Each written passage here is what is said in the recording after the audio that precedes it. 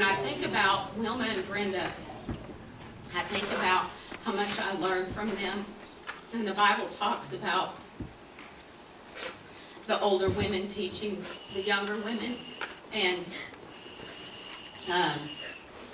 we're only promised today. So if there's somebody that is spiritually mature that's in your life, like a mentor or somebody that you're close to, take the opportunity today to be a sponge and soak up what they can teach you. Because other than reading His Word and praying and studying, I can't think of anything more important in our lives than to use the people who are our spiritual leaders, mentors, and elders to help us to grow. And that's just what God put on my heart this morning. So,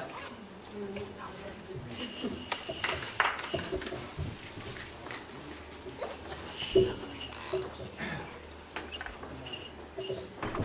know, we as a church and as an elder group, we've been asking God to send us some missionaries that we could get behind, that we could support, that we could, you know, just sow into His kingdom in that manner. And God sent us Dee and Donnie. And, you know, it's been a blessing to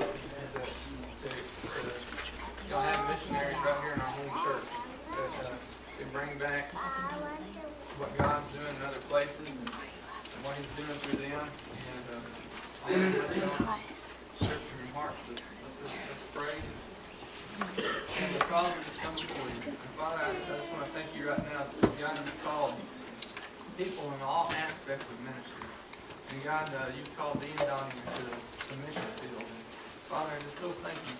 I thank you that they've been obedient and they've answered your call. And Father, I just pray right now that God, you just anoint them this morning. God, that you just give them the words that you want them to say. Father, may you be glorified. May we just see you in the hands and the feet and the work that they've done. And Father, bless that work that they've done.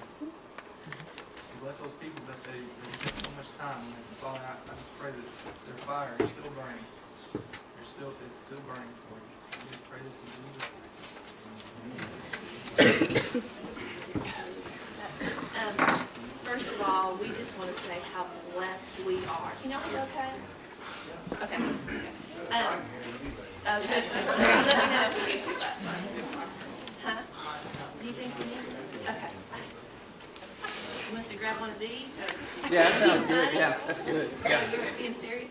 Yeah, I'm Okay. Donnie and I are really good at passing these back and forth. So, but we just do want to tell y'all how blessed we are to get to be in, that God called us to be a part of this fellowship, y'all. I don't know if you realize people are watching y'all and they see the light of Jesus and the love. I just want to share one quick thing. We were in Decatur yesterday with my family. My stepdad's 70th birthday party, so we had pizza, and Donnie and I went and got the pizza, and my mother's been here one time, y'all. Okay, and we got ready to go. Well, Mom wanted to put in some money on the pizza, and Donnie said, no, we've got it. And she came over and gave me some money, and she said, Dee, give this to your church. I mean, she just came here and visited one time. It was when we had fellowship, and she wasn't here just for the church service before we even had the fellowship, and she was like, I can feel the love of family here. And so y'all are an amazing reflection of Christ, and we're just honored to be a part of this fellowship, and so thankful for that. Where do you want to start?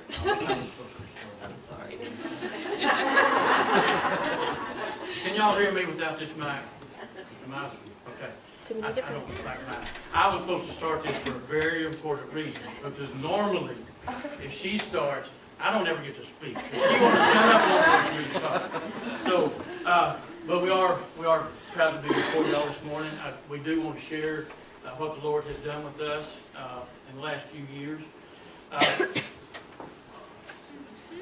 I do want to tell you, well, the name of our ministry, and before I even start, I'm going to tell you that this is the one that started it. She's the backbone, and she keeps it going. I just along for the ride. Okay? But the name of our ministry is Matthew 25, 35 through 36. I can't see that with or without my glasses. But I'm going to read that to you real quick, just to let you know where we are in our hearts, and that we strive to do each and every one of these items. It says, "For I was hungry, and you gave me something to eat. I was thirsty, and you gave me something to drink. I was a stranger, and you invited me in. I needed clothes, and you clothed me. I was sick, and you looked after me. I was in prison, and you come to see me." I'm going to add verse 40 into that. The king will reply, "I tell you the truth. Whatever you did for one of the least of these brothers of mine, you did for me." To give you a little history of us, we was doing ministry work for years before we even thought of it being ministry work. I mean, I would come home sometimes at night, and there'd be a pot of spaghetti this big on the stove with just me and Dee at home. I looked at that pot of spaghetti. I'm going to be eating leftovers for a year. You know, I would get one bowl of that spaghetti because she would cook and then take it to people in town. That was her heart. She went after it. Some of this stuff I'm going to tell you that's not a good reflection on me. But when the Lord really took a hold of me, I got to looking for examples, and He told me not to look any further than myself. That I was the example.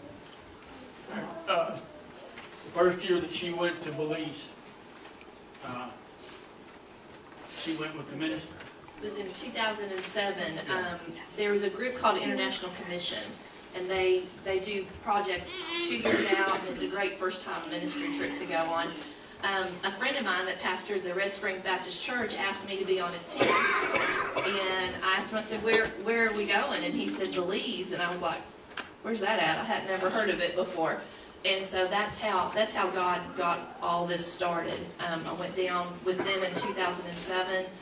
And when I came back, God was like, I'm wanting you to go back. And so Donnie was gracious to let me kind of sort of the first year. The second year, that's where the reflections on me is not the best in the world.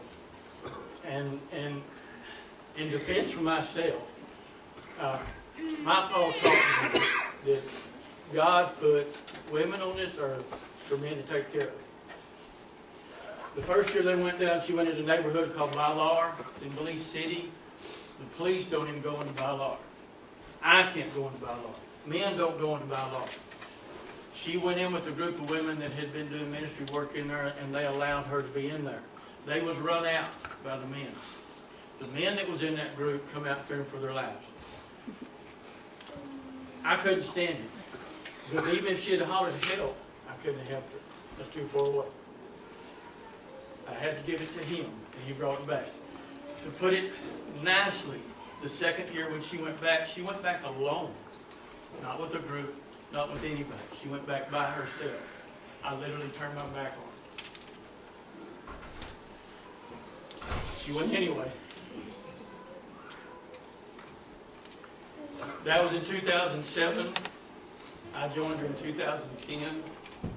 And that's when I truly got close to God.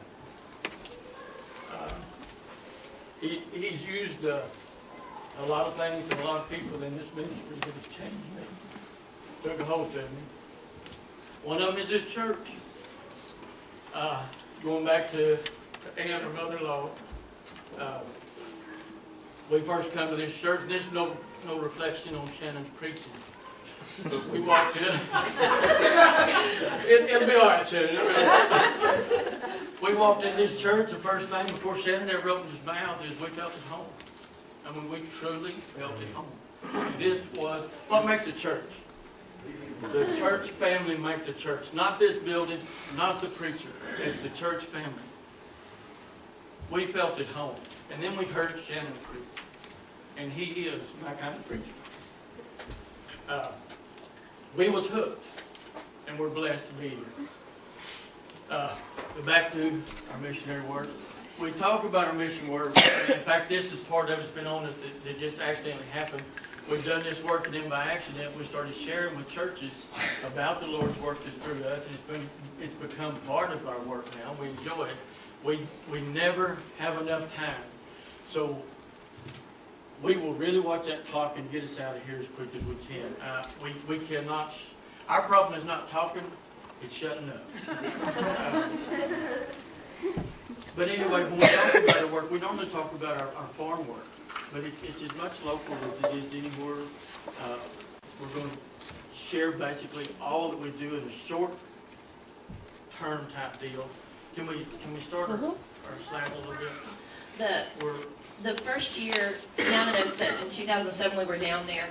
We were paired with the church, and the women that I met there at the church, they ran the House of Refuge, which is this right here. What they do is they have a feeding program. There's no public schools after 6th grade, and even in their private schools, they don't have like meals for kids that can't afford meals. And so you either pay for your meal or you don't get to eat. And so on Mondays and Fridays, they have a feeding program for all the local kids and that are in that area that go to school. And so at the House of Refuge, when we're going to down there, we'll help with the church service. We'll do the church service. We take supplies that we still take into the Ballard neighborhood. We'll buy rice and beans and frozen chicken. Them getting chicken, I mean, chicken's their main meat down there, but a lot of them don't even get that. So for us to be able to go buy them and give them a whole frozen chicken, they can eat on that chicken, a family of 6 for a week. Rice and beans is pretty much it.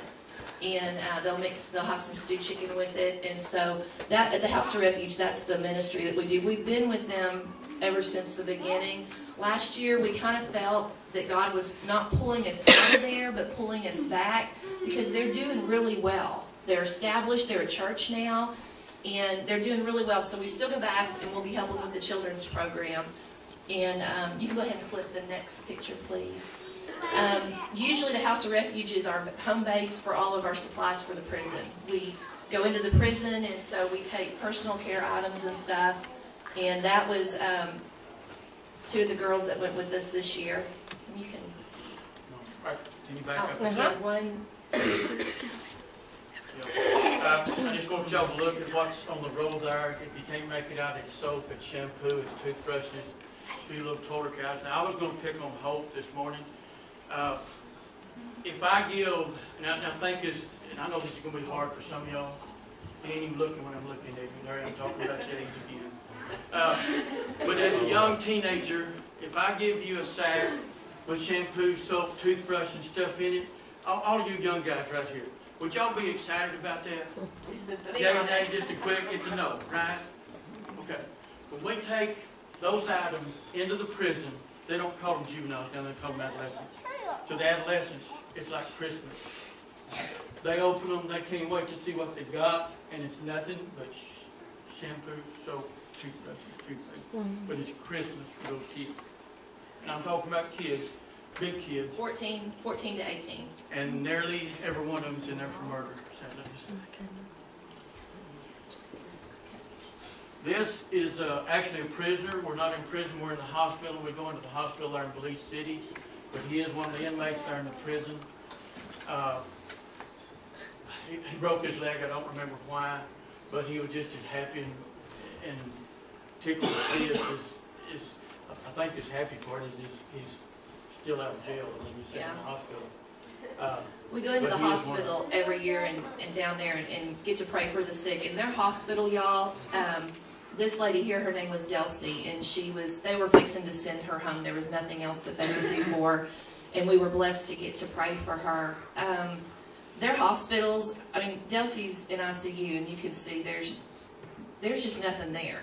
There's no IV bags, there's the bed, and the windows are open, no screens.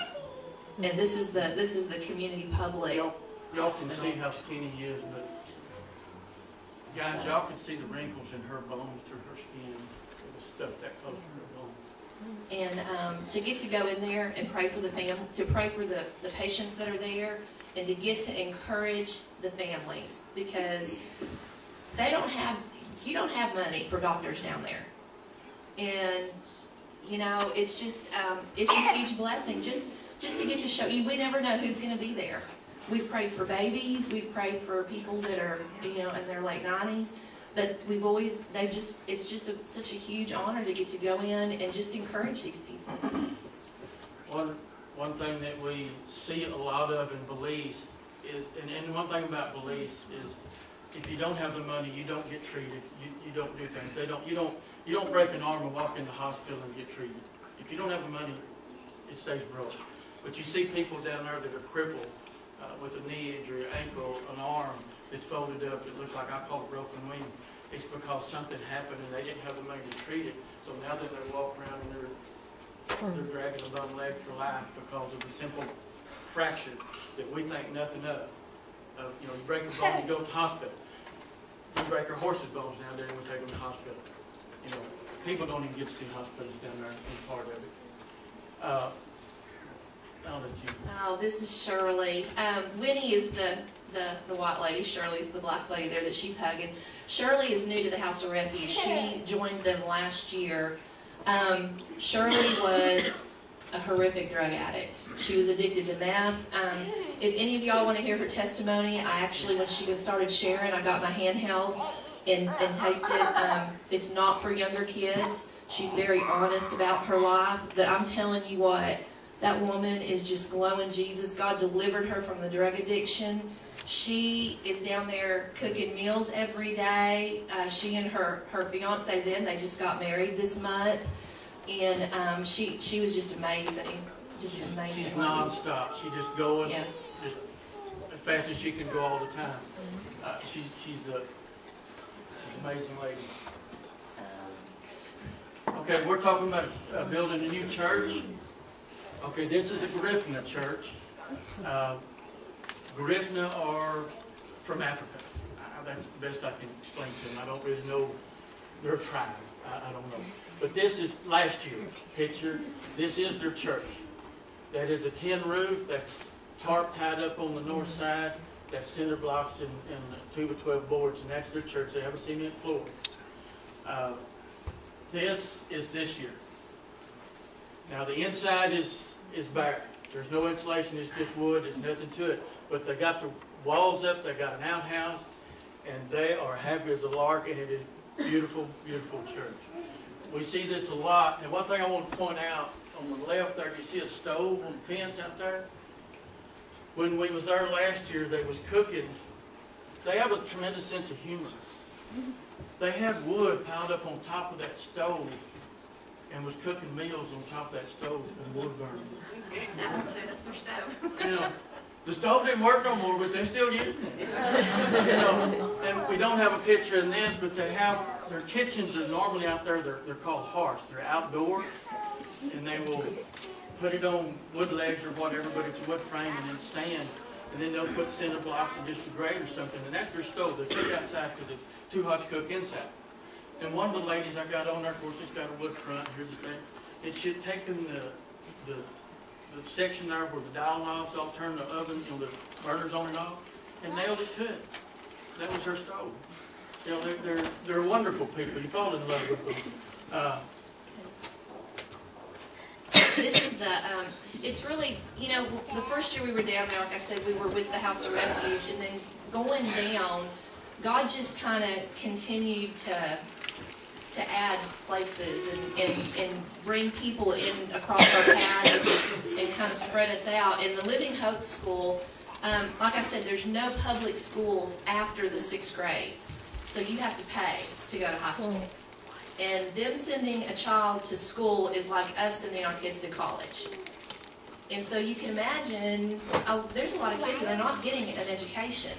The Living Hope School is a free high school for kids that can't afford to go. And they do pay like a $350 fee thing, but most of the time that doesn't get paid and they go anyway. 2 years ago, Pedro Perez is over the ministry there, and he was telling me about the school and that they're teaching the kids trades, not only just education, so that they can have a job when they get out of school. And he was telling me the different things, and he's like, you know, one thing we want to do is we want to teach them how to do stained glass for the tourist trade. He said, do you know anybody in the States that does stained glass? And I said, yeah, I do. And he's like, bless God, you got to give me their name and their number. I got to get a hold of them. And I was like, Pedro, you're looking at her. I had never met him before. It was just little divine appointments like that that God set up. And so that's how we got involved with the Living Hope School. Last year, Donnie went down and we built work tables. We take school supplies down. The cool thing is we get to share Christ with them while we're doing all this. I mean, that's very much, they're like, please come in and minister. And so it's just been really neat to get to do that. This year, we didn't, the way everything went, we got to go take backpacks. Backpacks are a huge thing down there. They're very expensive down there. And so we collect backpacks all through the year and take those. And Francisca, the principal, who is the wife of the pastor of the Garifuna Church, that's how we met them, she had just given out the very last backpack that week when we got there. And she's like, you know, we don't have any more backpacks. And I said, great, because we had about 20 of them that we brought. And there were 3 kids that needed them that day. So it was just really neat. Backing up on the Garifuna Church, it's something I forgot to say, and this is food for thought, Shannon and Heather. They do it very uniquely there. It was an experience that we've never had in a church, but when they do church, they do it in 3 different languages. Pastor and his wife stand up there, and he will say in one of the languages, and it's always mixed up. They don't 1 or 2 of the languages, and then she does the other one or the third one. They do it in Spanish, English, and Garifuna. And they would sit there, and he would say something in Garifuna, and that's about like their language is like, you know, me and they would sit there, okay, you know. And then she would say something, or he, whatever, would say it in Spanish, and we both understand a little bit of Spanish. Was, oh yeah, you know, I know. Then they said it in English. So everybody was laughing. And we finally got it. We was laughing finally at the last, but it was very unique to sit down and listen to. In fact, the thing that he was talking about, preaching on, was crosses. These little things we wear around our necks, the little ornaments, the little symbols, the little everything. And then I first were sitting there and said, well, you know, what kind of a sermon is this? You know, talking about these are not God. These are not, you know, don't put any faith into this. I can't remember what all he said, but it's all about don't look at these objects. Don't think about these objects. These objects, bottom line was what he was telling these people, these objects ain't God. Okay, we understand that. But you think where they come from. They come from Africa, where they did worship objects and stuff. So he was trying to instill in his people that this is not what we worship. Yeah. Belize is a really diverse area, y'all. When we're down there, there's a lot of ancestral worship. There's witchcraft and voodoo down there. A lot of the churches are Roman Catholic churches. Just a lot of different mixes of different things. And so one of the things when we go into an area, which, you know, the last 7 years we were familiar with the areas. This year God took us into San Ignacio, which is where these pictures are right here. Last year, it was just so cool this year, y'all, because last year we knew things were changing a little bit, and we really weren't sure what. You know, when you just really can't put your finger on it, and you just have to kind of step back and let God do what He's going to do. And it was just so cool because I knew He was going to move us into a different area, and really felt like this area was going to be a long-term. I mean, Belize is long-term, y'all. He's called us down there for life. We'll be doing that from here on out. But just the area, I just felt like it was going to be, you know, a long-term area, and that's exactly what He did this year. There were some things I was ready for us to do a couple years ago, like a vehicle in Belize. Y'all, we have been toted around and everything. We have rented vehicles. We just can't do it anymore. It's too expensive. You waste too much time waiting on the bus or on people to pick you up. I was ready 3 years ago to start getting a vehicle down there. Mr. Fitz wasn't quite ready yet. This year, Mr. Fitz got really ready. I'll say just circumstances that came up. We had 2 groups of friends go down with us. That when people come, which we never planned on taking people down, but it's just God has worked it that way. And so when you have your friends and family that are going down with you, you're responsible for them. And this year, the van that we ended up with, it was all right for Donnie and I to go toting around in it, but we had people with us. And the brakes didn't, the gear shift didn't work. It didn't go into park. You had to put it Here's in. my kind of truck. It didn't go into park. You had to put it in neutral, set the emergency brake. The front tires were so bald, and we had a 5-hour drive through the mountain roads on this rough as a cod road down to PG. It was God that we got down there and didn't blow out front tires, y'all. That's all there is to it. I mean, the van was a wreck, okay? It started smelling really bad. We had it for 3 weeks. The last week it was starting to smell really bad, and we figured out that's why all the mothballs were in there, because it had been severe water damage. I mean, it just, all those circumstances and everything, it moved Donnie to Pittsburgh. That's one of our goals this year, is to get a vehicle down there. And it'll be down at the apartment that we stay in there at Belize City. We're going to have it down there so that when other ministry groups and missionaries go down, because y'all, renting a vehicle is anywhere from $75 to $125 a day, U.S. And it's expensive. And when we're down there for a month, that's over $3,000 for the month. That's crazy. And it was costing us around $300 a week of U.S. in gas. Alone. Gas is 10. Well, we've got a picture of the gas sign. We'll show you that. But anyway, God moved us into this new area, San Ignacio. And y'all, Ohania, well, Esther is one of the girls that went with us. Ohania, next to Donnie, she's the pastor of it's Omega's church. She's the pastor. That is Claudia, her little girl. That's the day we were leaving from there. We got to be down there for 4 days. And this area, y'all, it's 15 minutes from the Guatemalan border, and it's probably one of the poorest areas in Belize. There's a lot of little, San Ignacio's the main town. There's a lot of little satellite villages. And so Ohania and them are building a church. Could you do the mix? Mm-hmm. That's their church, y'all. They got land for half the price of what the man was selling it for, because God just did it all. The guy wanted $7,000, and Ohania said, "We'll take it." She could, because God told her, "I want that land for the church," and it's up on a hill, y'all. It looks out over the whole area. It's awesome. The day came. Ohania didn't have the money. She went to go sign the papers. She stopped at the post office on the way there. There was a check for $2,000 US in the mail that God had told a person in Canada to send to him. And so she went to the guy and she said, "We want the land, but all I have is $4,000 US." And he said, he wanted $7,000 US. And he said, "Okay, you can have it." Got it for that. And, well, I'm sorry. So he wanted 7,000 Belize, so gave him 2,000 US, which is 4,000 Belize. To this day, she said the man, she said, is a heathen. You're either a brother down there or you're a heathen, one or the other. That's what it is. So she said the man's a heathen, he's a crooked businessman, and he is still to this day saying, "I don't know why I did that." So anyway, they got the land.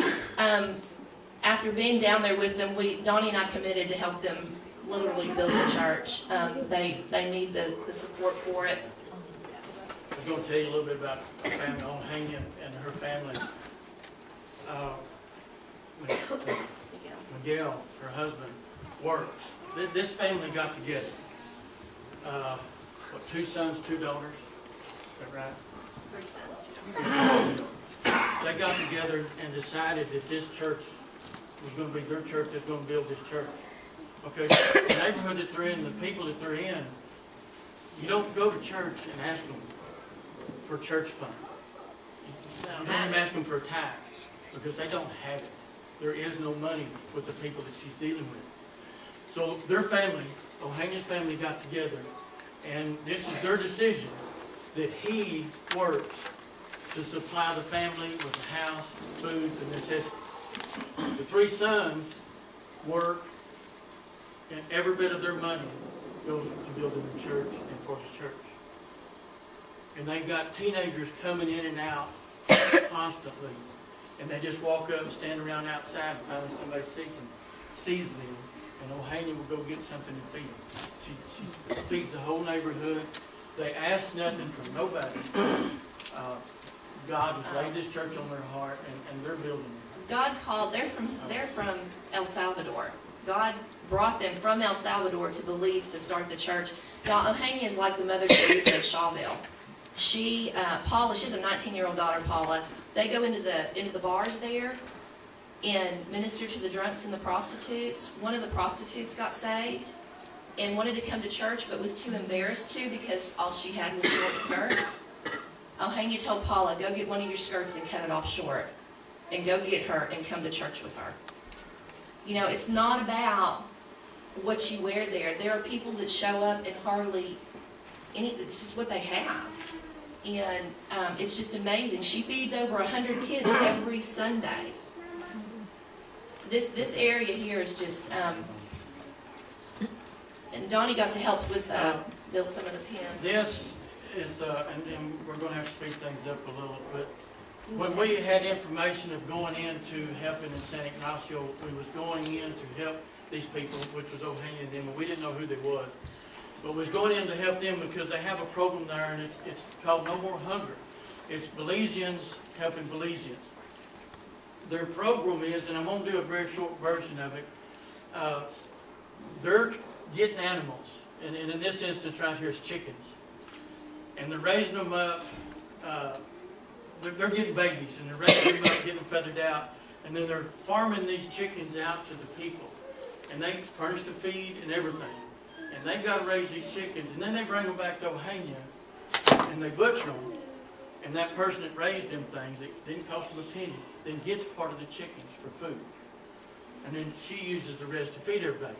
Now, I grew up on a farm, and I like chickens.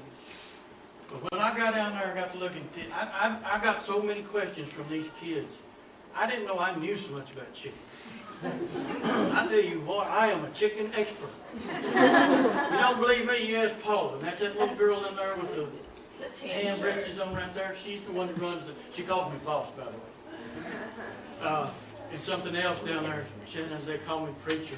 No, it's pastor. They call me pastor. And I told them, I said, I'm not a pastor.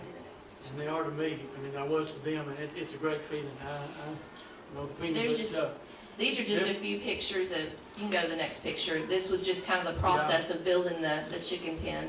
We was in a torrential downpour there. I hate to even tell y'all what kind of rain we got into, but for 3 days and nights it was nonstop. We tried to bring it back with us. We're staying in a motel that's 2 floors, and the rain was so hard on the roof that it was waking us up on the ground floor. I've never heard rain so loud. Now, this is neat, okay? You ask people, how much did it rain?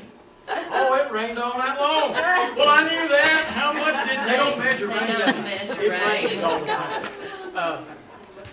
But those chickens, when I got the little baby chicks, they was wet, they was cold. I don't know how they was alive. We got busy. I had to dig in. Now, remember that we was going in there to help them, to get to know them. Well, we was the work. Once we got there, we found out we was it. I had to dig into the emergency fund to build this, to save those little chicks. And then the next morning, you can ask Dee. It was different from day and night. And they did get flooded there really bad.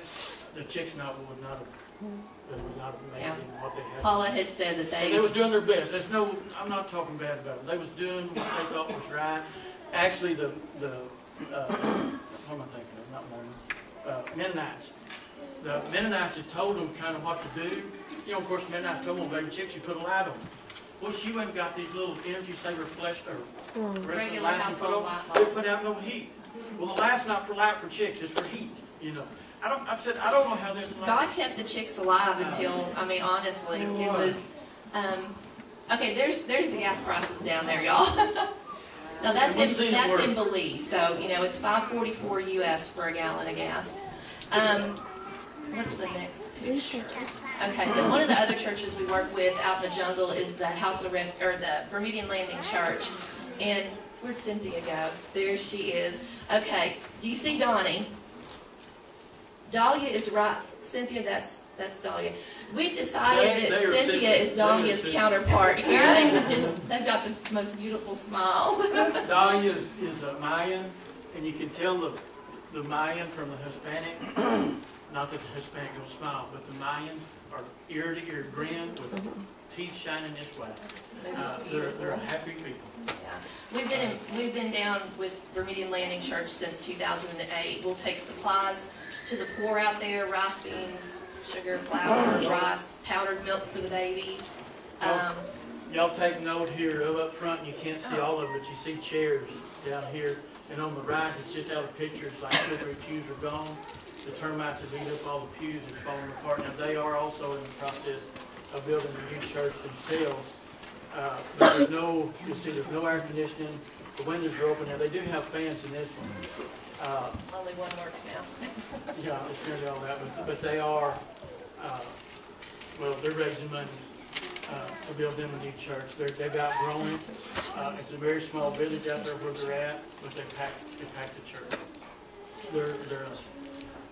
This was another group of friends that God sent down with us. They're a band. They're called 10th Leper. And they're a Christian rock band, y'all. They sing Amazing Grace to the tune of Jimi Hendrix' Purple Haze. And they just rock it. And they go into they're out of Waco. They have church every Sunday at the Tokyo Bar down in Waco. They do church under the bridge for the homeless church down there. We met them through our brother and sister's Bible church, and so they went down with us this year. And the next, if you've, I can't hold a tune or play a deal. Those that y'all that play instruments and stuff, traveling with these, of course, we put on their shirts and stuff, and got to be part of their band. But that's hard work. Traveling with the band is hard work. We was only with them about a week, and we was giving them that. they wore us out. They did. But they got to play, and we did an open air service in Belize City and down in PG, and it was just, we had probably, I think, 5 salvations during that time. This is just another couple out that we've gotten to know. Stockings is the guy, and he was a really terrible alcoholic. Last year, after 6 years, was the first year we'd ever seen him clear eyes. God completely delivered him. He and Marie are part of the church, and I mean, God has just done amazing things in him. And then the next, that's just Larry. He stuck his head in the freezer. Y'all don't see these pictures real well, but I mean, it's hot down there. I see it, but I mean, some of my shirts were soaking wet that you could see me. Larry just couldn't stand it. He got his head in the freezer. It's not all fun and games. The prison is really the main area down in Belize that is where our hearts are at. The women, the first year I was there, I fell in love with them. And there are 2 of my sisters are down there serving life for murder. They're in there anywhere from petty theft to murder. They get so many supplies a month. You run out, you don't get any more. And so if your family doesn't bring it, which most of the families cannot afford to travel to Belize City, let alone bring them something. And so, can y'all imagine running out of toilet paper halfway through the month, or deodorant or shampoo to wash your hair, soap? Having underwear in there is a huge, huge thing for them. And talking about underwear, up until this year, I would always follow her. She would go down there a week before me, and I would come a week later, because she was usually teaching stained glass in schools or whatever. But anyway, she would pack, the airlines at this time, we could carry 2 big suitcases and check-in. Now they've got us down to 1, and we used to take all of our supplies down as much as we can in suitcases. But she would pack them. I didn't know what was in them. I didn't care. So it's time for me to leave, and she calls, and she says, "Baby, I forgot my nightgown. Would you get my nightgown and put it in one of the suitcases, big suitcases?" All of my clothes are in a little big backpack. I've got 2 50-pound suitcases I'm carrying, but a little big backpack's got all of my stuff in it. I said, okay, so I grab it, and I unzip it, and I put it in there. It is plumb full of white panties. Now that's not too bad. But when I get into security in the league, I ain't praying about him opening that suitcase and me trying to explain what I'm doing with all those panties and everything. He didn't know. I think he yeah, he got in front of it. Okay. The the prison down in Belize has 3 units. It's got a men's unit, a women's unit, and an adolescent unit. The adolescents are 14 to 18. 2 years ago, we were asked to start coming in and ministering to the adolescent unit. And y'all, that and the women are just, it's hard to put it into words. To go down there and to love on somebody. I mean, a lot of these women, they have children that they don't get to see. And they may be away from their kids. And the thing is, in Belize, when you get arrested, regardless of what you get arrested for, you're usually in prison 2 to 3 years before you ever get before a judge to say, I'm innocent or not. Then, once you're sentenced, if you're found guilty, those 2 and 3 years don't go towards that. It starts then. So a lot of these women are in there, and they've been away from their babies for a long time. And so for us to get to go in and just love on them and bring them supplies, to get to bring the word to them and encourage them, God has turned that unit upside down since we've been there. The first year I was there, it was nothing but little gangs. He has brought them together as a loving family. They pray.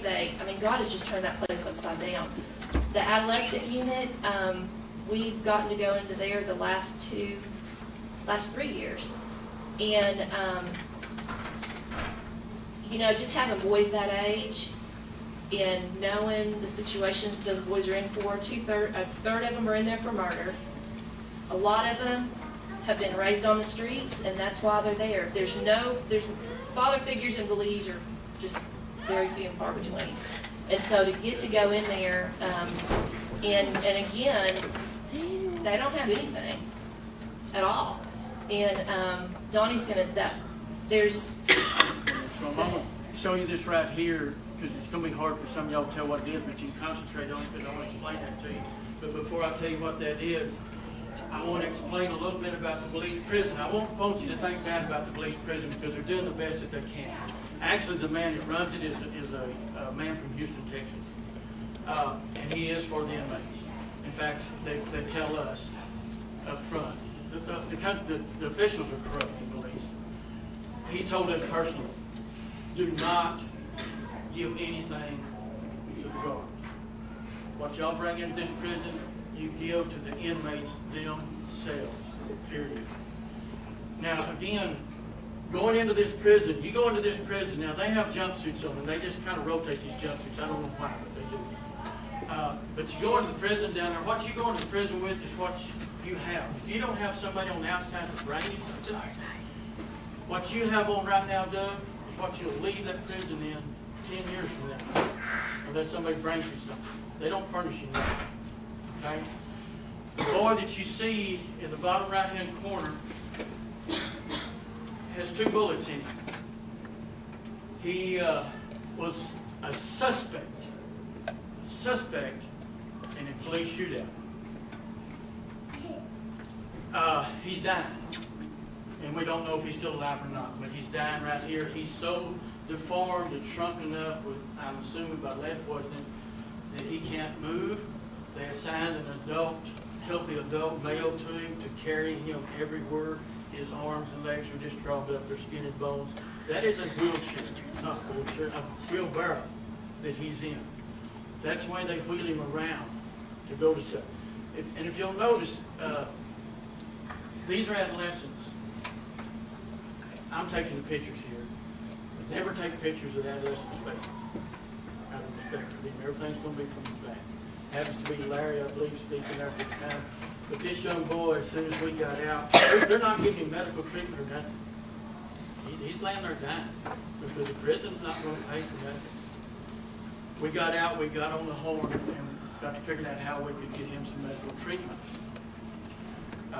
They released him from prison. I don't know, we couldn't find out why or what. Became of it. But I'm going to go on to the next picture, but I don't want to. This is the one I'm talking Okay. about. The next picture I've got to talk about a little bit. This is one of the, not only a man in prison in a foreign country, but his picture. His picture is what God used to change me. It's been in my Bible ever since. I don't want her to show the picture until I tell a little bit about this. In 2010, I went in first time I went down, I went into the prison. Now, going into the prison was not easy for me. I didn't want to go in prison. 33 years of wearing a badge. Going in there with these people is not something that's desirable to you. You go into this prison down there, it's chain link fences and buildings inside of it. They're not locked up in behind bars or in cages. They're just out there with you. You're walking in amongst them. They actually raise some of their own vegetables. They do their own laundry. They do their own cooking. They do everything. The guards don't do it for them. We was in the women's unit one day and they was cooking chicken feet and chicken necks. That was their That was their soup for lunch for that day.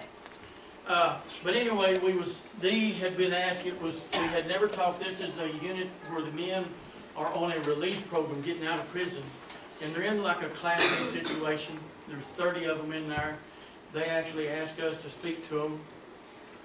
Dee spoke to the 30 men. 25 got up to be saved. This picture of this man, we don't even know who took the picture. We knew nothing about him. Just the picture was took. We don't remember seeing him, nothing else. But when we got home, we was reviewing the picture that was taken down there. And this picture just...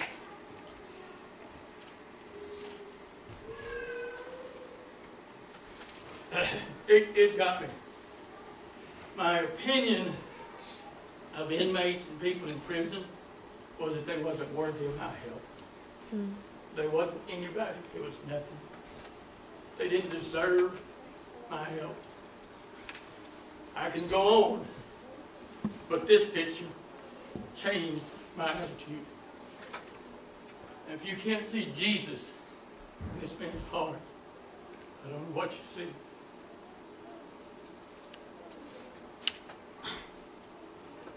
They deserve our help as much as anybody. And God just did, God did some really cool things, y'all. While we were down there this year, like Donnie said, he carries that picture with him all the time. We were set to go into the women's unit on Friday, the adolescent unit, women's on Thursday, adolescents on Friday. Well, they called the day before and said, we got to switch y'all for some reason. So we switched, went into the adolescent unit, and it was just all God's lineup. We get into the adolescent unit, and Donnie starts talking to one of the guys and says, I'd really like to find this guy, because we knew he'd been released. Now, I sit here and say, why did I wait from 2010 to 2013 to start looking for this man? Well, it was God. It was all God's timing. Because come to find out, he was still there. But...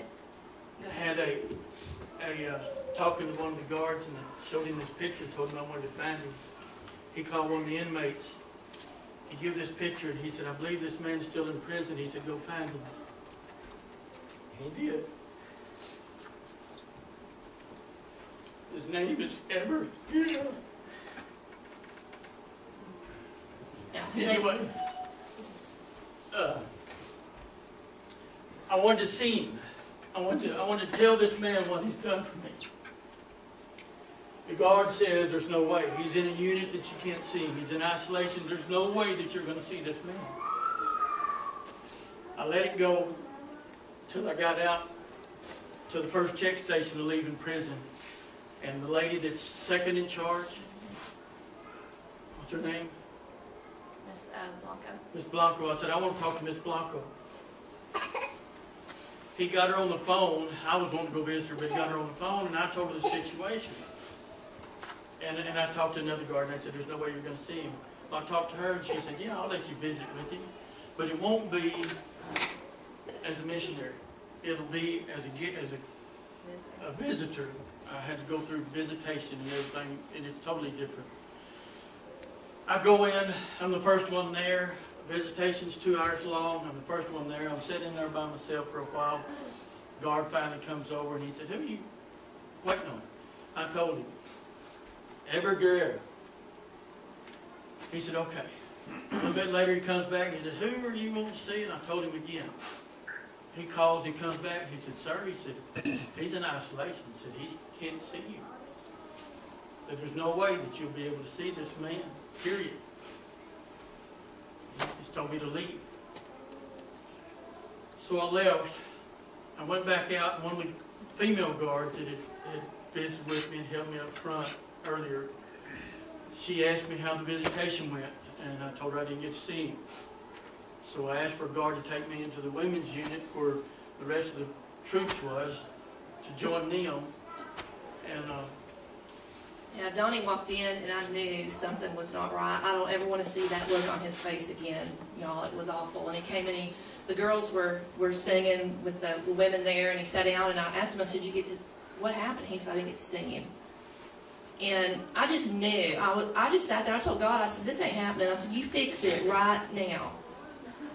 I mean, fix it. Because I knew Donnie was supposed to see him. I was like, fix it. And I didn't use a nice tone with God, y'all. And it wasn't 10 minutes later, a guard came in and pointed at Donnie. oh, Well, they said he got a phone call. Told him, you got a phone call. Well, it was the head guard. They were sending somebody down. They said, we'll let him see Ever. And so they came and got him and took him back over there. well, they didn't come get me. I couldn't wait. I just Well. walked without him. I went down through the alleys down there without him, which you're not supposed to do. But I got into visitation. I got to see Ever. Ever didn't know who I was. He didn't even remember me. So then I went to talking with him through this glass stuff. It's totally annoying. And I opened my Bible where this picture was. And I got to talking to Ever. And he kept looking at me and looking at that picture and looking at me and looking at that picture. And we talked for a little bit.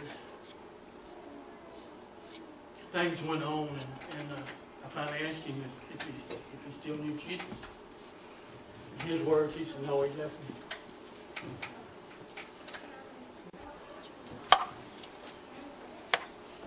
We talked, we visited. Well, you shared with him. He kept, I'm sharing with him. He kept looking at that picture. So I asked the guard I asked Ever if he'd like to have his picture, and he said yes. So I asked the guard.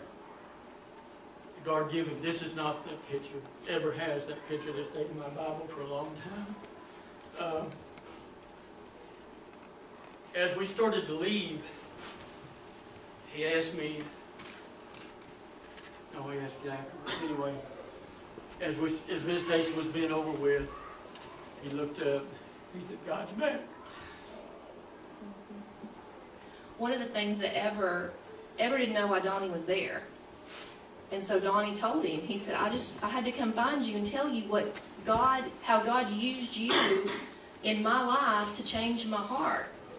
And Ever just kept looking at Donnie. Donnie said, just kept looking at him and said, how can you love me like that? That you would come here, and Donnie told me, he says, the love of God in my heart, that he used you to tenderize my heart. Told me as a brother in Christ. Yeah, as a brother in Christ. One of the things that Donnie asked Ever, is there anything we can do for you? And this was getting towards kind of midway through the trip. The last 2 days of the trip, Donnie and I had plans to go to Key Cocker, which is an island. We celebrated had our 25th wedding anniversary while we were down there, and so we usually take a day and do just kind of relax. So we took the last 2 days. So we were going to Key Cocker to go just, relax for the last 2 days and celebrate our anniversary. Well, Donnie asked Ever, is there anything I can do for you? And he said, yes, would you go to my family? He said, will you go talk to my little brother? He said, I'm afraid he's going to end up here with me. Would you go talk to him?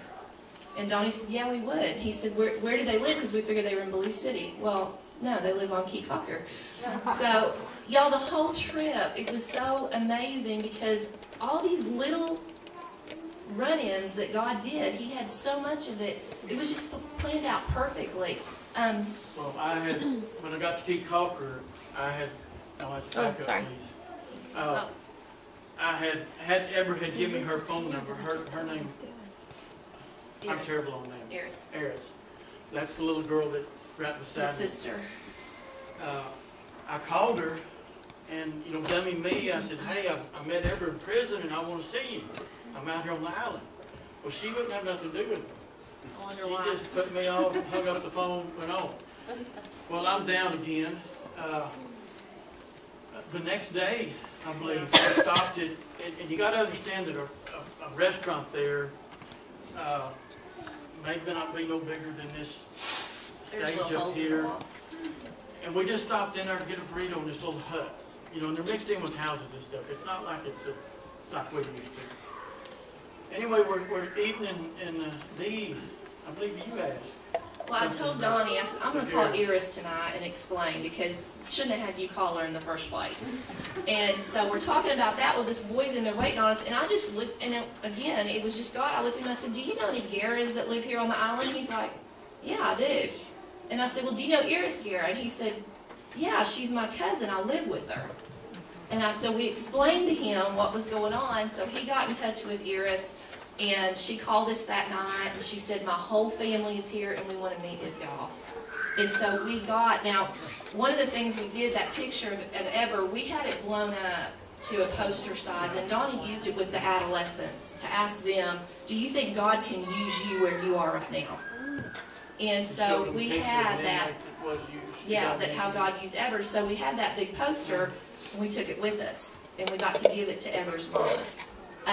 But we got to encourage them, got to pray with them. Donnie got to talk to Eber's brother, like Eber asked, and that's him on the right. Eber's brother in the back there with the green shirt. You can't see a lot of it, but he's a gangbanger all the way. Gangs are really big down I mean, in he's tattooed Bully up, he's City wearing area. bandanas, he's cold as steel. That was a good way to... I asked to visit with him alone. And we went out back, which this house, that's one room that you see right there. That bed that she's backed up against is taking up the whole room. There's another room that's smaller than that, and then you're in a little alley that's 4 foot wide that goes down the street. But we went back there, and there was 3 other guys back there sitting back there drinking beer. And I said, hey man, I don't care what we talk. And I said, your brother want me to talk to you, and I want to talk to you. I said, I don't care if they're here or not, that's up to you. I don't care. One-on-one, I have a real problem talking to groups. That's out of my comfort zone with the Lord, sharing with Him. I'm getting better. But one-on-one, I can usually hold my own. I got back there and I got to talking to him. I can't think of his name right now. He's cold. He's cold-blooded. I mean, he's got knives that's shooting out his eyes into me like you wouldn't believe. And I got to lay in his brother on the worries that his brother had for him in his future. And before we left, me and him both was in tears. Don't know what's happened in his life since, but I can only hope.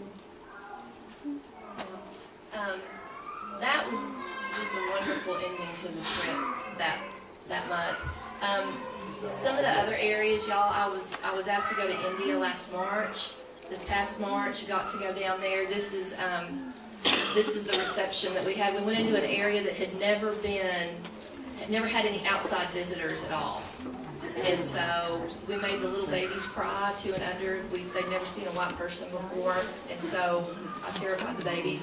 But every village, this was up in the mountains, every village would meet us, and they would promenade us through the whole village. They'd sing, they'd dance, they'd worship. They were so thankful that somebody would come to share the gospel. In the week that we were there, we got to go into 5 different villages, and we had 450 Hindus completely lay down every idol and receive Christ as their Savior and Christ alone. Hindus, you can flip some other pictures. This is the orphanage there. Hindus believe in a lot of different gods, so they don't have a problem hearing about Jesus. But I got to tell you, the area we were in, Odisha is not, it's a hostile area, and so we were under the radar. And I will tell y'all, there is nothing better than getting to go out into that area and getting to stand before these people and tell them, you know, your gods require sacrifice. Because they got to get their little red dot every morning, or their whole day is going to go down the tubes. And so they sacrifice. I mean, y'all, every day, 2 or 3 times a day, they go and take sacrifices, flowers, whatever, to make their gods happy.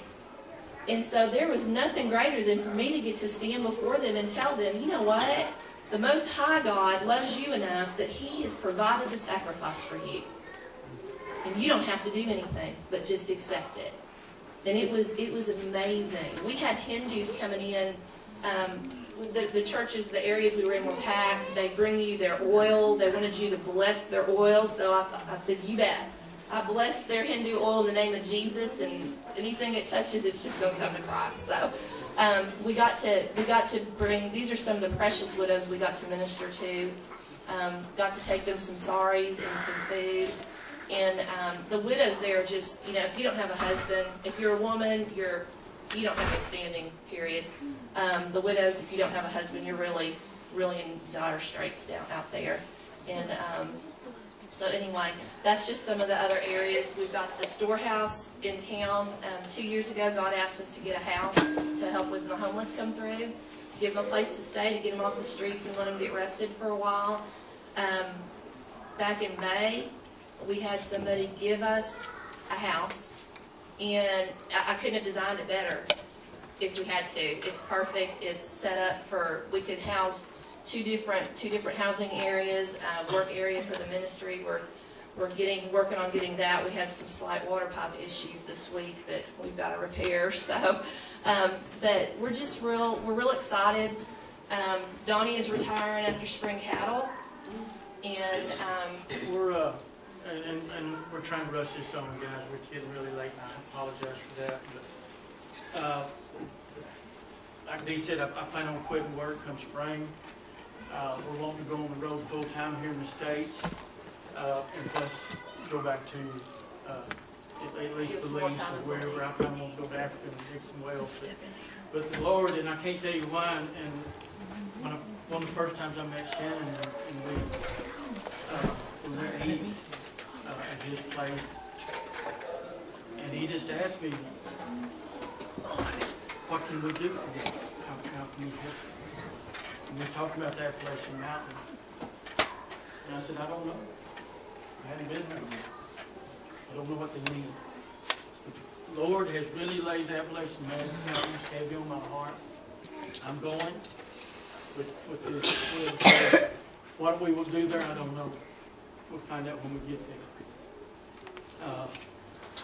We talked earlier about going places and people going with us. I want y'all to know that two things, or one thing is that you're always welcome to go with us.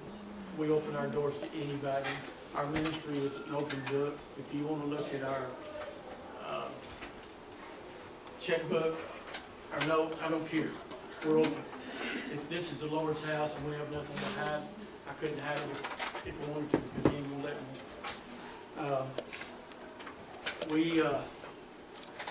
One thing that I enjoy or try to do, and I didn't do this up front, when we do share with people, is to try to instill the part that y'all are part of our ministry. I know not everybody in here probably has it, but I know a lot of y'all prayed for us when we went to Belize. As I put it, I don't care if you give us $1 or you give us a prayer, it don't matter. When we're down there, we're the lucky ones. Y'all are just as much a part of Belize or wherever we're working as we are for just thanking God and keeping God for us to go. We get down there we go down there, that's my eyes. I go down there, I'm going to try to bless people. I've never been that I didn't get blessed. Hopefully I have blessed a few people down there, but it's me that comes back to the Lord and fulfill. And like I said, our doors are open. We're going to close real. One thing, God is starting to put, He's got plans for Belize for this year, and some of you guys, I think God really would like to see y'all get involved in it. The adolescent unit, He's really laid some things together for them, and down in Bermudian Landing, and so we'll just kind of share all that later. But when we were down there this year, and we don't know if y'all have a special set that you use for communion. When we have communion, they didn't pay attention the last time we were here. But, and it's okay. But Donnie and I, when we were down in PG, the Mayas are beautiful, awesome woodworkers. And they were selling these sets, just separate pieces, and Donnie and I both saw this, and we just thought of our precious church family here, and what a precious time of communion, and that we have when we take communion, and what that means. And so anyway, we got these for the church for communion set. If y'all have a special one, it's okay. That's what. Now, unfortunately, we don't know if it was the weather or the wood, but the cup has got a crack in it. So Donnie's going to fix that. Well, we'll glue it together. Elmer's got some good glue yesterday. Because they're still usable. But going back to Doug, when he was filling in for Shannon one day about this crack, we're always looking for the good in something. Okay? But I believe there's always something good that comes out of everything. And this was part of what Doug was talking about that day. Is for we are God's workmanship, created in Christ Jesus to do good works that God prepared in advance for us to do. Now I know this ain't people, but that crack, I didn't put it there. But I am going to take it back home and fill it with some Elmer's and try to keep it from cracking further. But these are, I hope y'all enjoy the beauty of them as much as we have. They're absolutely gorgeous. In fact, the man, when we saw him, he had a big set made, and it was too dark. And I told him what kind of wood that I liked. This is rosewood, by the way. And I liked it lighter. I like to see the grain. He said, I'll go home and make you this set tonight and bring it back to the motel tomorrow for you, because he was leaving early the next morning. He could not have picked a better wood for me, personally, than what he did. It's absolutely, I'm not bragging because we bought it, but it's absolutely gorgeous to me. I love wood. But we hope that y'all take this with all our hearts anyway. Yeah, and we love y'all. Thank y'all for everything. And honestly, we really do. We're excited about y'all. This church is just amazing. And I think God has got just some awesome plans. And if anybody has any questions about any of the mission trip or anything, or please holler at us. Foreign mission especially, is just our hearts. And we look forward to dragging y'all down there with us and more news of it. Thank y'all.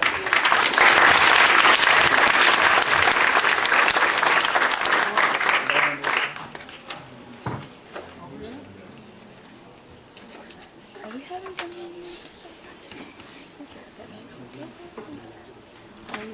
Two more. Look at it.